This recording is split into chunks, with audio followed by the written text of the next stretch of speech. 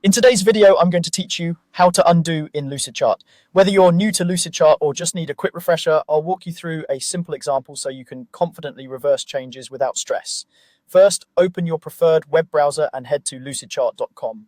If you're not already signed in, log in so you can access your documents. Once you're on your dashboard, look for your recent work. The recent section makes it easy to pick up where you left off. Click on your recent document to open it in the editor. With the document open, let's interact with the text element so we can see the undo in action. Click directly on a piece of text in your diagram to select it.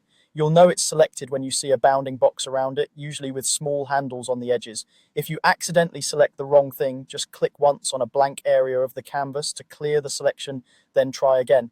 Make sure you're clicking the text itself, not just the shape behind it, so the action applies exactly where you intend. Now that the text is selected, press the delete key on your keyboard. The text will disappear from the canvas.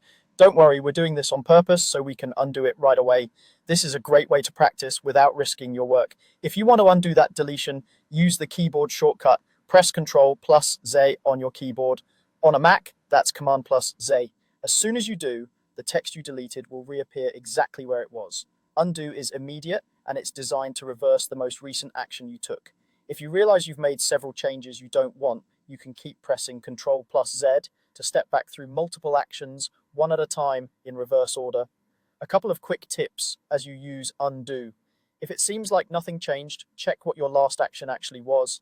Undo will always target your most recent edit, so if you just moved a shape, that movement will be reversed first. Also, make sure the editor has focus before using the shortcut. Click anywhere on the canvas if the shortcut doesn't respond on the first try, and that's it. Go to lucidchart.com, open a recent document, select some text, delete it, and then bring it back instantly with Ctrl plus Z.